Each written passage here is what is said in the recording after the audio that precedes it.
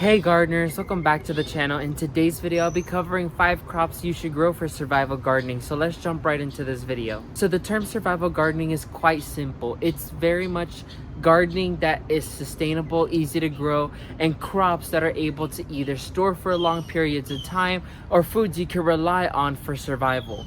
Now, basic vegetables such as tomatoes and stuff like that don't qualify in this branch of gardening because of the fact that they require a bit more care and they're not good storage foods. However, there's a small group of plants out there that are meant for survival gardening, in which I will cover today. Coming at number 1 is sweet potatoes. So sweet potatoes is actually a survival crop because they are low maintenance, they store for very long, and they're abundant producers. Now, the 2 main varieties I grow here in my garden is the Boniato variety or the regular American orange variety, as those perform the best in my garden. Now, a few tips when it comes to growing sweet potatoes is 1, they're full sun loving plants, so make sure you provide 5 to 6 plus hours of direct sunlight. Number 2 is that they need to be planted in well draining soil that maintains a little bit of moisture because they do not like to stay dehydrated. Number 3 is you must plant them in aerated, loomy soil because they do not like to sit in compacted soil, because if they're grown in compacted soil, they will not grow proper tubers for you to harvest. They're very low maintenance. I've never really had an issue with pest or disease on sweet potatoes, especially if you are in a very limited space. Something I'd recommend is for you to contain the vines either by trimming the vines or by planting them in an area where they can naturally spread out without doing any damages, like under canopies of trees or large shrubs. And one of the fun facts about sweet potatoes is you can actually eat the leaves. I've seen multiple gardeners saute them or eat them fresh in a salad. I have seen multiple ways they prepare this, but not only you eat the tubers, but you can also eat the leaves. Coming to number 2 is actually this vine right here that's growing all over my pomegranate. It's actually true yams. So true yams is actually an uncommon crop that I've seen grown. I only see it in survival gardening. This plant was actually gifted to me by my friend David from David the Good when I visited him at his childhood home. And this has been a prolific performer. It's a vine, so you want to make sure you have support for it. And something I'd recommend is you could plant it either in full sun or in partial sun, because mine is in partial sun and the majority of the time it does an amazing job. But if you have full sun, make sure you plant them in that area. And they're great performers. The plant comes back twice as big and twice as vigorous year after year, so this is definitely a beginner friendly crop. So a quick care guide: make sure you plant them in full sun, 5 to 6 plus hours of direct sunlight, or in partial sun up to where you have a space for it. Number 2 is you want to make sure you plant them in well draining soil. Any root crop you cannot have sitting in water because that will highly affect your plant and you'll have nothing to harvest. Make sure the soil is also aerated, as compacted soil is not good for root crops. Unlike sweet potatoes that don't require supplemental nutrients and they'll thrive on their own, true yams, I would recommend giving them supplemental nutrients as they benefit from it. So anything like compost you can mix into your soil or any type of organic fertilizer, I would recommend feeding them with throughout their growing season as they benefit from it. And it makes it to the list because it stores for a very long time. Coming to number 4 is cassava, or as I know it, yucca. This plant is beginner friendly all the way, and I have to say it's actually one of the best survival crops out there because it's an abundant performer, low maintenance, barely any pests or diseases, requires no feed, absolutely the best. So the both varieties I grow is this solid green color, and I also grow variegated cassava, which they both do the same thing except one is more ornamental and the other one is more kind of plain in the classic solid green color. And the variegated one is just more for the pritsies, but it serves the same way. They both produce the same amount of cassava and yucca.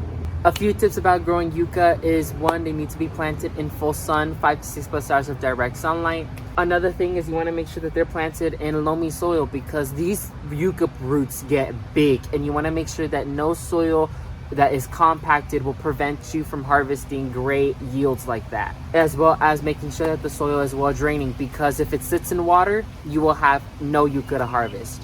And yucca is a huge waiting game because yucca takes months and months and months in order for them to properly develop, and I experienced that myself because I harvested mine way too early and I got some very tiny tubers. And as a matter of fact, the plant that I harvested, I just threw it in the ground and it started shooting these gorgeous side shoots, so I just decided to leave it alone. They also grow in containers and raised beds. They're very versatile as well. So definitely recommend growing cassava in your backyard. So coming to our fourth crop is sisu spinach. Now you might be wondering, Emmanuel, why did you involve this in the list? It's a leafy green, you can't store it. I agree, but the reason why it's considered a survival crop is because this plant will never die. And I am being so literal with those terms because the amount of times I have cut these back to literally nothing and they come back time after time after time, and they come back twice as better than the last time. And this sisu spinach is an alternative to regular spinach because we have such a very tiny window to grow spinach here in South Florida. So we grow sisu spinach. It's a tender, crisp leaf that's used in salads. Exactly like how you'd use a leafy green, you use sisu spinach. And when it flowers, it doesn't change the taste. And not to mention, if you get cuttings of these and you plant them in soil, every single time you'll have 100% success because they are so easy to propagate as well. So a few tips: plant them in full sun or partial sun depending on your location. They could do great in either or. And so either 5 to 6 plus hours of direct sunlight or 3 to 4 plus hours of direct sunlight. They would do either or in great location. It's a very versatile plant. These could grow literally anywhere, in the ground, in a raised bed, in a window box, literally anywhere. And this one is in the ground, so you'll get the best performance if it's in the ground. Make sure that they're planted in well-draining soil that retains a little bit of moisture because they do not like to stay dehydrated. And this requires no feed at all. And there's no common pests or diseases towards sisu spinach, so you are good to go. You'll have leafy greens for the rest of your life. So coming to our fifth and final crop is this crop right behind me. Now you might be wondering, why is there so many root crops in survival food gardening? Well, the reason why is because they store for a very long time and they usually are very low maintenance. And so here's another one to add to your list. This is potato mint. It looks like mint but serves as potatoes. It produces these tiny potatoes that I like to compare to mini baked potatoes or mini potatoes. They serve exactly the same way. But here in South Florida, we tend to have issues or difficulties growing regular gold or red potatoes. And so we have to find alternatives. And those alternatives are sweet potatoes and potato mint. Potato mint is a prolific performer. I've grown it once and it's never left this garden. And so it grows in containers in the ground. I've grown it multiple ways and each way has been successful. They're drought tolerant and they're beginner friendly. They're just an amazing plant. A few tips is you could grow it in partial sun because mine is underneath a canopy and they tend to grow underneath canopies in general. Or you could plant it in full sun. You could choose. Number 2 is you want to make sure that they're planted in well-draining soil. They do not like to sit in wet feet. Lots of issues arise when the tubers are sitting in water such as rocks, and you don't want that to happen because you want to enjoy your harvest. It's more of a plant me and leave me alone type plant. And something I love about this is it's multi-purpose because not only does it provide potatoes, but it's pollinator attractive. It produces these long purple stalks of flower, which is absolutely breathtaking. You should see when the plant is in full bloom. I love it. It's just breathtaking and a stunning view.